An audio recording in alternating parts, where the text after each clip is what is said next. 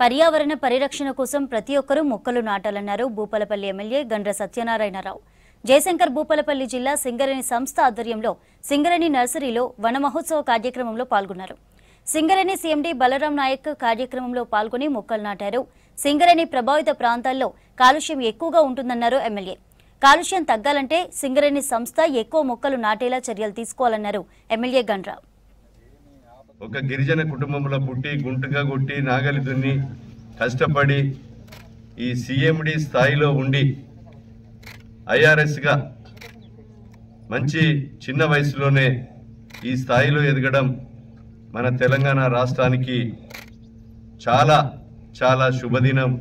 జన్మదినం పురస్కరించుకొని 20,000 మొక్కలు నాటారు. దాని తర్వాత 23,070 మొక్కలు నాటడం, అదేవిధంగా చాలా రామగుండం కానీ వివిధ ప్రాంతాల్లో మొక్కలు నాటి మొత్తం కూడా వనం ఫారెస్ట్ లెక్క అయినటువంటి ప్రాంతాలు కూడా ఉన్నాయి.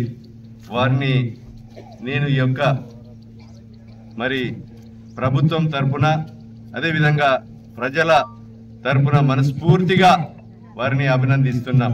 ఈ ఖాళీగా గ్రౌండ్ మైదానం ఉండే మొక్క నిలవడంతో ఈ గ్రౌండ్కే ఈ స్థలం